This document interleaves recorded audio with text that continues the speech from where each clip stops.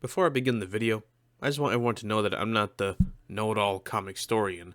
I'm just a big fan who managed to put the puzzle pieces together and put it in a vision of what could have been, or what if there was a Marvel Knights cinematic universe. As much as I love the current Marvel cinematic universe and its ongoing world building, I long for the days of early 2000s Marvel movies when characters were more self-contained and more dark/street level characters rather than being technological or cosmic. Imagine an alternate universe where Disney's MCU never kicked off, but instead characters like Blade, Daredevil, Punisher, and all those early 2000s superheroes got the cinematic universe treatment.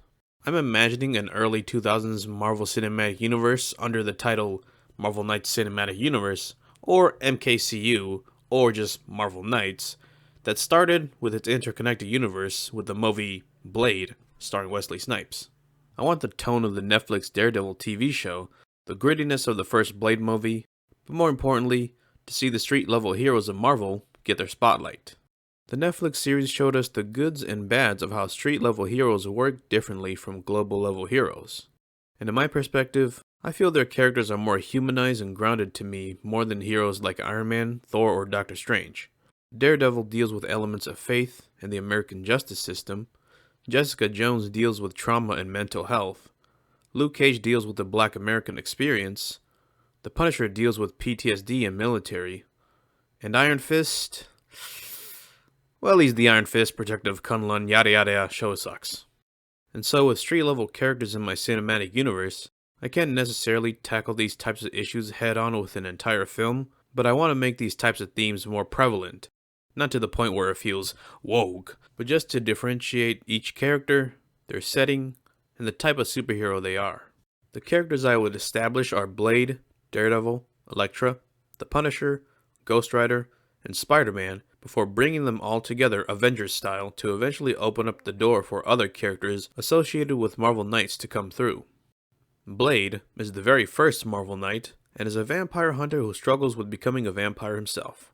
Daredevil is a vigilante, not a superhero, who has questionable morals when it comes to his idea of justice, and he falls in and out from the darkness from time to time while still trying to maintain his Catholic faith. Elektra is a highly trained martial artist from childhood who eventually finds her purpose in becoming a protector after she is killed, resurrected, and retrained by the Hand. The Punisher is a static character with only the goal of killing criminals and in a sense still mourning his dead family by doing so. He's the extreme version of Daredevil and a reminder of what he could eventually fall into. Ghost Rider is a character whose very presence invites the more supernatural sides of Marvel to be highlighted. He is also part of the Midnight Suns team alongside Blade. And finally, Spider-Man is meant to be the beacon of light within this dark universe. He's going to embody and be what every hero should strive to be, eventually inspiring other street-level heroes to rise up along with him. This will be a somewhat darker cinematic universe with dark and grizzled characters, tackling conflicts within their own little corners of the world. It'll deal with more of the street-level conflicts, with a little dabble of supernatural from Ghost Rider's side. Although I am keeping the same actors, stories for some of the less than successful movies on this list will be altered slightly. Most film plots will either be untouched or slightly altered to hint at a somewhat larger universe and make the individual solo movie a bit better. And if you're wondering if I'm including Fox X-Men and Fantastic Four into the mix, they are in the MKCU. I just haven't thought about how far they fit into that universe. We'll call this Marvel Universe Earth 116. The cast that we've seen before in these movies would remain the same, with a few slight alterations. It is only the introduction of new characters that another popular actor of that time would be casted. The following main cast of heroes for the MKCU are Wesley Snipes as Blade, Tobey Maguire as Spider-Man, Ben Affleck as Daredevil, Jennifer Garner as Elektra, Thomas Jane as the Punisher, and Nicolas Cage as Ghost Rider. While the main cast of villains are Michael Clarke Duncan as Kingpin, Colin Farrell as Bullseye, Willem Dafoe as Green Goblin, Alfred Molina as Doc Ock, Luke Goss as Morbius, Dominic West as Jigsaw, and Peter Fonda as Mephisto. The first movie to come out in Phase 1 is Blade. Everything remains the same, but we get the uncut ending where Morbius makes an appearance at the very end. For Blade 2, Morbius, played by Luke Goss, seems to be the main villain at first until we learn that he was being manipulated by the Reapers, aka mutant vampires, forcing Blade and Morbius to team up to stop them. Third movie, Spider-Man. Everything remains the same. No changes done. Everything is the same. Fourth movie, Daredevil 2003. The director's cut is the definitive version of the story, with more of the brutal scenes and subplot that leads to Kingpin's assistant Wesley, while also cutting away any cringy/unneeded scenes like the park fight. We get a scene of Peter Parker bumping into Matt Murdock momentarily. Bullseye gets his fucking costume. The ending narration by Daredevil also includes a montage of heroes and teases the larger universe of heroes to come. Phase 2's first movie is going to be The Punisher. His origin story is told through flashbacks instead of an entire opening act leading up to the incident of his family getting murdered. Majority of the movie still remains the same. Spider-Man 2. Everything remains the same, but there are references to the existence of Daredevil and Doctor Strange through newspapers and Bugle conversations. The Raimi movies are just so pure in its tone that I feel like there's no need for changes, since it contrasts so well with the other darker Marvel movies in this list. Elektra. Elektra is still resurrected, but she has amnesia, and is rehabilitated and retrained in her skills by the Hand after being killed by Bullseye. Unbeknownst to Elektra, she is being brainwashed and being tasked to assassinate members of the Chaste, like Stick and Stone, to eventually replace the Hand's current leader. Through her journey, she receives fragmented memories of her past and begins to remember who she is.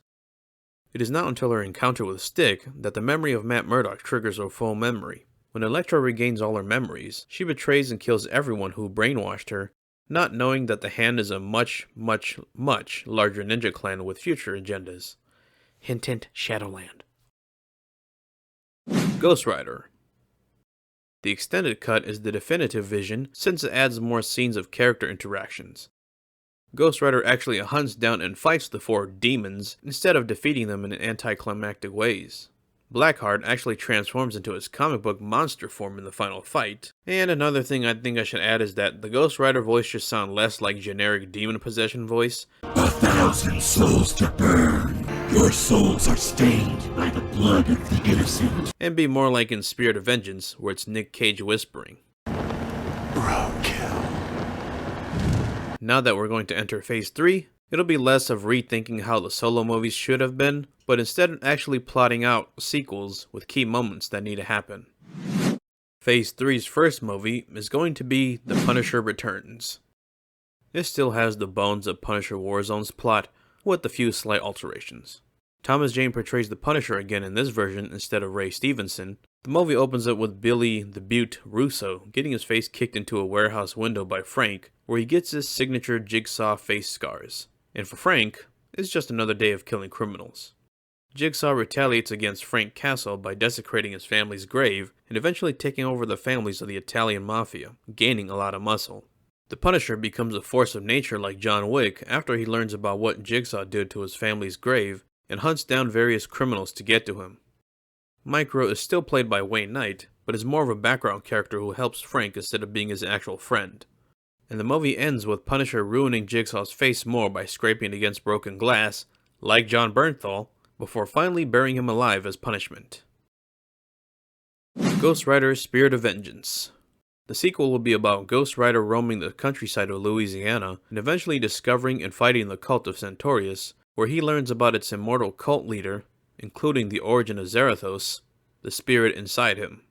Thousands of years ago, Zarathos takes his wife and soul, leaving him for dead.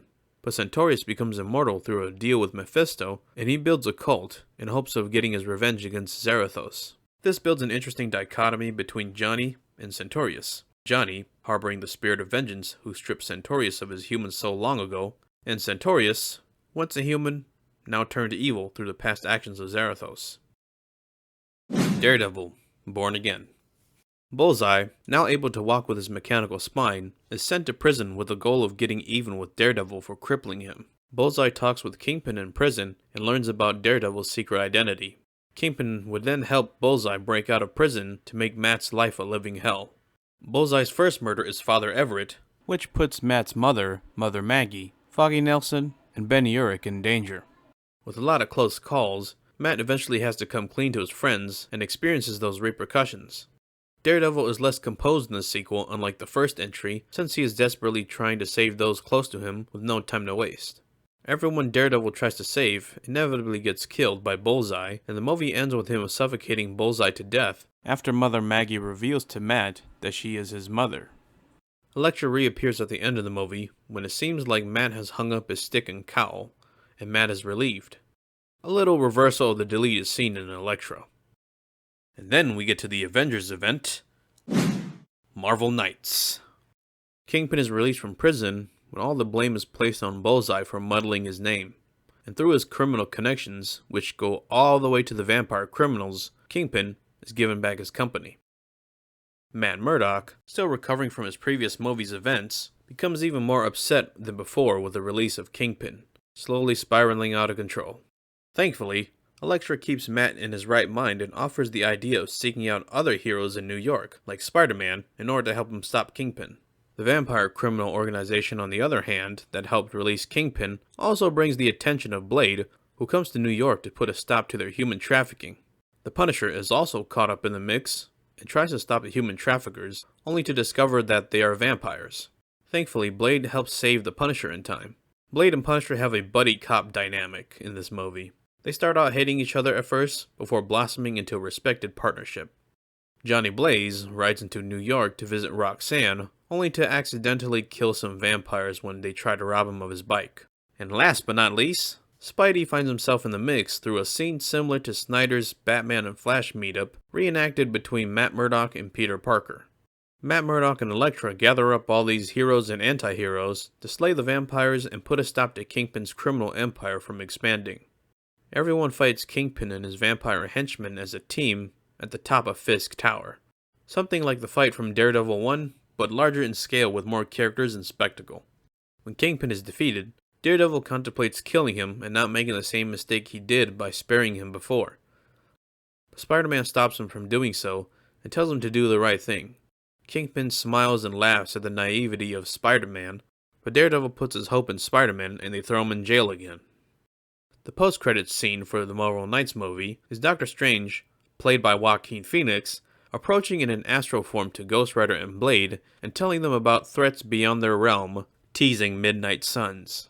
There are so many opportunities for stories in this universe if I had wanted to continue it. Solo movie with Doctor Strange starring Joaquin Phoenix, Moon Knight starring Keanu Reeves, a Midnight Suns movie with Lilith or Mephisto as the main villain, a Black Panther movie starring Jimon Hansu, Elektra 2 or Daredevil 3 with Emily Blunt starring as Black Widow or Typhoid Mary, a Heroes for Hire movie starring Terry Crews as Luke Cage and Michael Argarano as Iron Fist, Shang-Chi starring Jonathan Fu or a different Asian martial arts actor, Marvel Knights 2099, Cloak and Dagger starring John Boyega as Cloak and Samara Weaving as Dagger. Whew! Man, I feel like I could go on forever with this.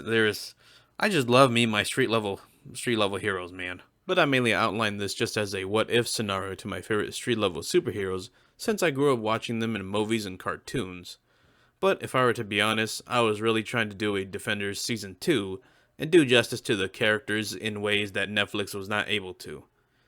But, let's be honest, Defenders doesn't really sound cool at all. Marvel Knights, now that's a badass name.